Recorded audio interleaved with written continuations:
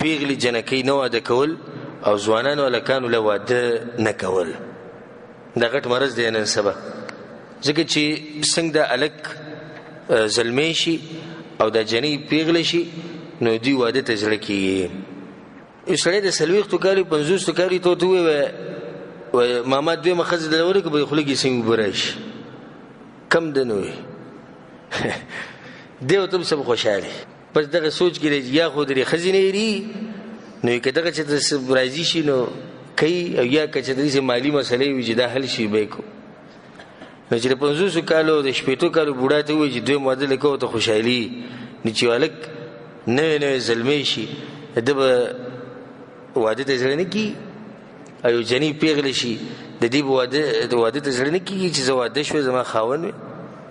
دا غټ ظلم روان دی چې په کورونو کې دننه زلمی سړي چې دغه ناستي او پیغلې جنکۍ ناستي دي او مور پلار خوشحاله دي، وایي زمونږ بچي به مني.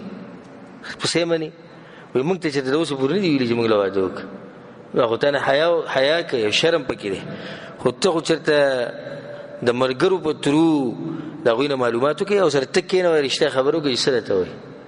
د نن سبا په دې زمانه کې دا خصوصي خبره زما یاد ساتي، د نن سبا په دې وخت کې بالکل چې ګورې بچو له واده د سره لیټ نه کوي. مخکې خو دې اکثر دا مشران خپل مثال ورکوي، مشران له دا نه دي پکار چې خپل مثال ورکړي. پخوا دا موبایل وي نه وي، دا موبایل د بازارونو داسې ډېر نه وو او په هغه وخت کې پخوا داسې پردې اهتمام ډېر زیات و. نن سبا خو مارکیټونه ډېر شوي دي، موبایل عامې شوي، هر ماشوم سره هلک سره د جنۍ سره موبایل پروت او په دې کې هغه د جنکو تصویرانې ني، په دې کې هغه د هلکانو تصویرانې ني. د هغې د لاسه بیا هغه واده طرف ته زړه ډېر کېږي.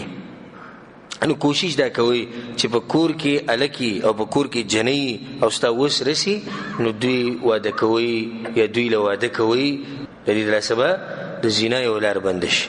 په هغې کې دا نصیحت ټولو مسلمانانو ته او خصوصا پښتنو دغه ده چې دا مهرونه کم کوي. مهرونه چې کله کم کړی شو نو بیا به چې د هلکان به واده ولا هلکانو ته به واده اسان شي. دا یو طرف ته نصیحت دی هلک کور واله ته، جنۍ کور واله ته چې مهرونه کم کوي. او د هلک کور واله ته دا نصیحت دی چې د دې دغه سامان ته په انتظار مه کښېني. دا د بغیرتوب خبرې دي چې ماله به کټ راوړي او ماله به تولۍ راوړي او ماله به ایسي راوړي او ماله به چې دی پریزر راوړي او ماله به لوښي راوړي. دا ډېره کچه خبره ده. نه که هلک کور والا دا قصې پرېږدي، جنۍ کور والا مهرونه کم کړي، مسله به ټوله ختمه شي. ختمه به شي که نه؟ دا جاښه خو ټول جوړه شوې دی د لاسه. بوډا پلار دی، غریب پلار دی، 5-6 لوڼه کور کې ناستې لکه واده کوي ولې نه؟ ورور هغه وایي چې کټ او هغه وایي چې دا او چې نه کوي ولې بیا پورې خلک خاندي. کم ځینې دا غریب پیسې راوړي، کم سے کم 2-3 لک روپۍ بې لګي نشته. اوس جنکۍ دغه شان ناستې د زنا یو لار کولاو شوې. هلک کور کې غریب ناست دی، ولې دله واده نه کړي، دا خو لوی سړی دی. هغه وایي وروره څوک وایي چې 7 تولې به کوي، او څوک وایي 8 تولې، او څوک وایي 20 تولې، او څوک وایي 13 تولې. او موږ غریبانه خلک یو تولې 2 طاقت همرسې نور نشته. نه که چېرته هلک کور والا دا قصې پرېږدي د دې سامان سازو سامان ده چې موږ له به دا راوړي ما له به دغه راوړي، او جنۍ کور والا دا قصې پرېږدي د مهر ده. خو دومره مهر دې کېږي چې صرف د نکاح، ځکه چې په نکاح کې مهر یې دا الله لازم کړي دي چې صرف د نکاح پې روا شي، بیا دې واده وکړي. نو دې د لاسه به زموږ د معاشرې حفاظت وشي. اوس زموږ په معاشره کې زه درته ښه دعوې سره دا خبره کوم، غالبا په هر کور کې ګوره جنۍ 2 ناستې دي. غالبا په هر کور کې ګوره جنۍ 2 ناستې دي. عمرونه ډېر شوي، څوک یې نه غواړي. څه د لاسه د قصو د لاسه پاتې شوي دي، نو داسې نه دي کول پکار. او دویم نصیحت پښتنو ته هغه ده که چېرته د جنۍ عمر زیات شي او په کور کې کښېني نو دا بدګماني مه کوو چې دا به د څه د لاسه ناست دی. اکثر زموږ دا خلک دا وایي چې نه پاتې شوي دي، که بسې چل هېڅ چل نشته. یو نیم جنۍ داسې چې رشته پسې راشي، پلار قصې ډېرې کوي، قصو ماري، نه داسې او نه کته او نه بره. د هغې د لاسه جنۍ غریبه په کور کې پاتې شي. چې جنۍ غریبه کور کې پاتې شي نو بیا دا بعض خلک بدګماني کوي چې دا پاتې شوي دي، که بسې چلي او دا به یو دغه پالتو خبرې موقع ته ملاو شوه. خاص کر زه د خپلو وروڼو ته نصیحت کوم چې داسې جنۍ چې په کور کې پاتې شي، عمر ډېر شوی، نو واده یې که دویم واده وکړه، په دویمه واده که، په درېیمه یې که، څلورمه یې واده که.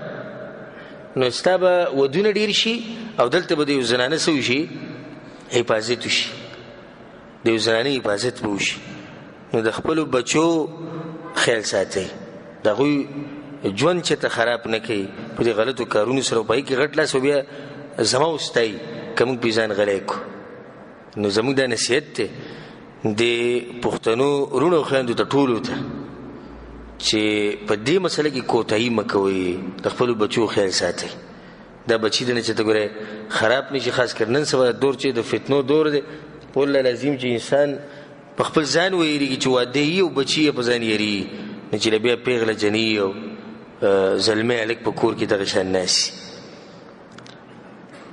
نو دا سویمه لار شوه دا پنځمه ګور رسول صلی دې ځوانانو ته نصیحت کړی یا معشر الشباب ای ځوانانو من استطاع منکم الباء فلیتزوج په تاسو کې څوک واده کولی شي واده دې وکړي فإنه أغض للبصر وأحسن للفرج دې د لاسه سترګو حفاظت کېږي دې د لاسه د عورت حفاظت کېږي چې کله انسان واده وکړي